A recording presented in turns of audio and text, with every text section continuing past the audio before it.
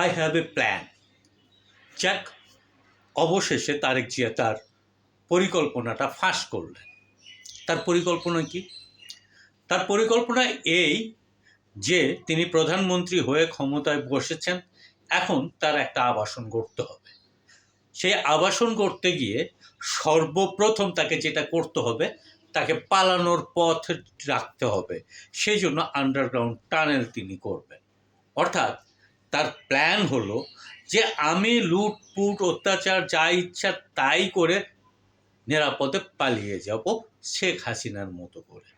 যদিও বিএনপির রাজনীতি হলো আওয়ামী লীগের বিরোধিতা করা, আর বিএনপির রাজনৈতিক শক্তি হলো বা পেশি শক্তি হলো জামাতে ইসলামের সহযোগিতা।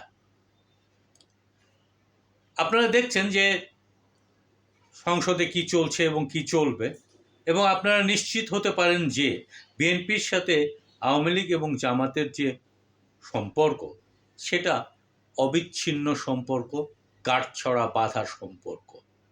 সুতরাং বর্তমান সংসদের বিরোধী দলও হবে সেই হাসিনার আমলে এরশাদের গৃহীত পালিত বিরোধী দলের মতোই।